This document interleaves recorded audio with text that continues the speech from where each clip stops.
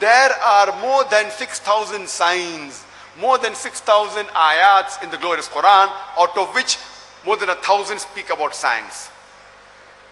As far as my talk today is concerned, I will not be speaking about scientific hypotheses and scientific theories, because all of us know very well that many a times these theories and hypotheses, they take U-turns.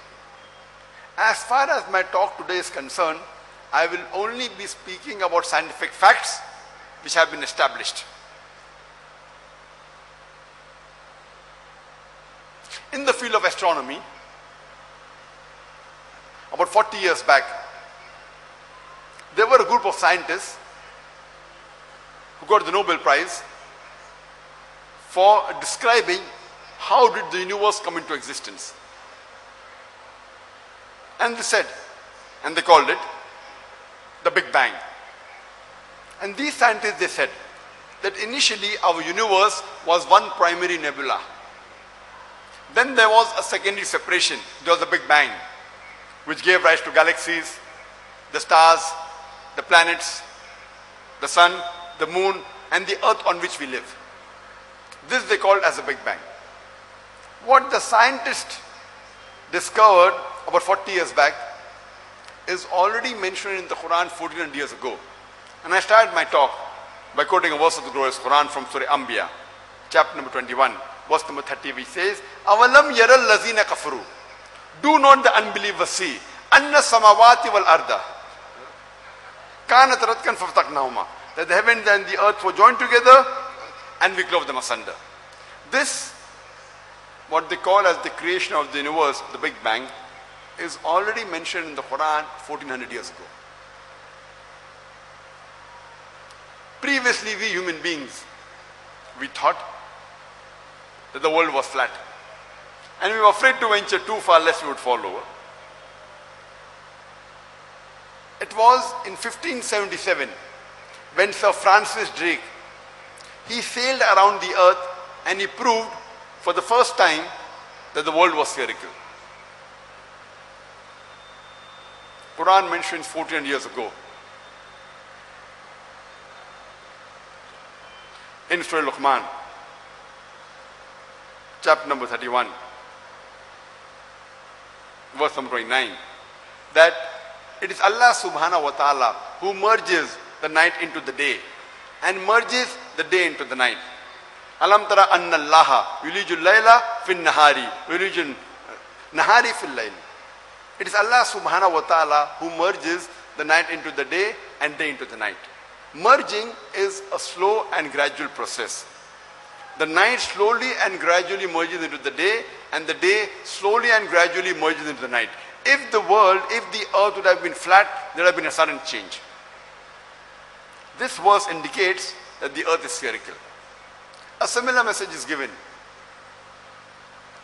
in Surah Az-Zumur, chapter number 39, verse number 5. That it is Allah subhanahu wa ta'ala who overlaps or coils the night unto the day and overlaps or coils the day unto the night. The Arabic word used is kawara, how you coil a turban unto the head. So the night coils and overlaps unto the day, and the day coils or overlaps unto the night. This is only possible if the earth is spherical. It's not possible if the earth was flat. It's further mentioned in the Quran in Surah Naziyat, chapter number 79, verse number 30. We have made the earth as an expanse.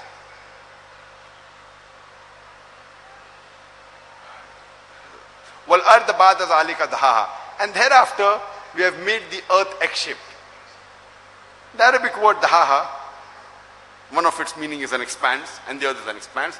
The other meaning is derived from the Arabic word duya, which means an egg. And today we know that the world is not completely round like a ball. It is flattened from the pole. It is geospherical in shape. And the Arabic word dahaha doesn't refer to a normal egg. It derived from duya, which doesn't refer to a normal egg.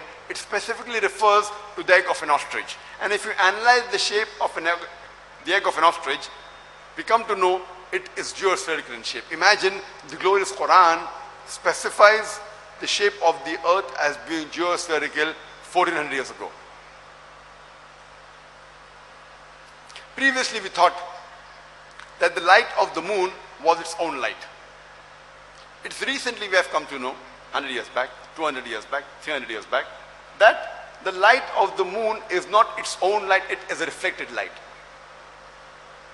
The Quran says in Surah Furqan, chapter number 25, verse number 61, "Blessed is he who has made the constellations in the sky and placed therein sun having its own light and moon having borrowed or reflected light." The Arabic word used for sun in the Quran is shams. Its light is always described as siraj, diya or wahaj, which means torch, shining glory. And the moon is described, the moon is called as qamar, and its light is always described as munir or nur, meaning borrowed light or reflected light. Imagine, Quran mentions 1400 years ago that the light of the moon is not its own light, but it's a reflected light, it's a borrowed light. When I was in school, I passed my school in 1982 in the subject of geography and science. I had learned that the sun was stationary.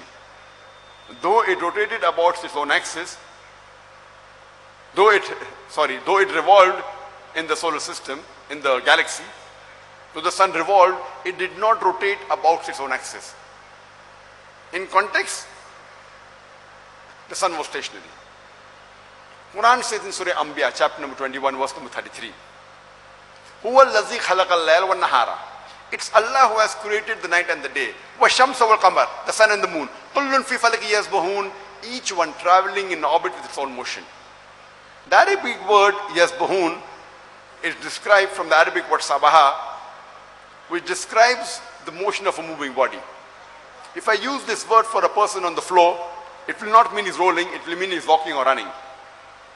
If I use this Arabic word for a person in the water, it will not mean he's floating, it will mean that he's swimming. Similarly, when the Quran refers to a celestial body in the universe, it does not mean it's flying in the air, it means it's rotating about its own axis.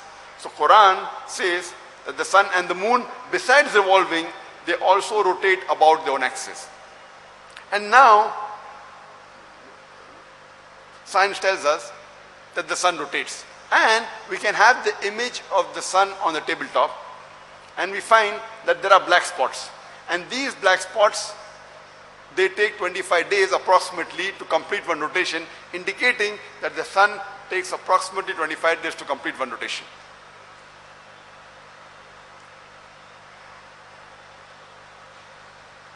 Further, if you read, the Quran says in Surah Anbiya, chapter number 21, verse number 31-32, that we have made the sky as a protected ceiling. Today we come to know that the atmosphere above the earth, it prevents the harmful radiation from reaching the earth, like ultraviolet rays, X-rays, without which life would cease to exist on the face of the earth. The Quran says we have made the sky as a protected ceiling. Furthermore, today's science tells us that the sunlight we have is due to a chemical reaction that is taking place since billions of years. And one day, this chemical reaction will end and the sun will cease to exist. The Quran says in Surah Yasin, chapter number 36, verse number 38, وَالشَّمْسَ تَجْرِي لِمُسْتَقَرٍّ لَهَا, that the sun is running its course to a place determined, for a period determined. You know, the Quran says that the sun is doing its course only for a period determined, and it is going to a place determined. And today science tells us that the sun is moving into a point in the universe known as the solar apex at the speed of 12 miles per second. Imagine, the Quran mentions what we discovered recently 14 years ago. There's a very famous scientist by the name of Edwin Hubble, who in the last century he said that our universe is expanding. Quran gives this message in Surah Dariyat, chapter number 51, verse number 47. that we have created the vastness of space, the expanding space. The Arabic word is osyuna, means to expand, meaning vast. There may be certain critics of Islam who will say that it is nothing great that the Quran speaks about astronomy, since the Arabs, they were advanced in the field of astronomy.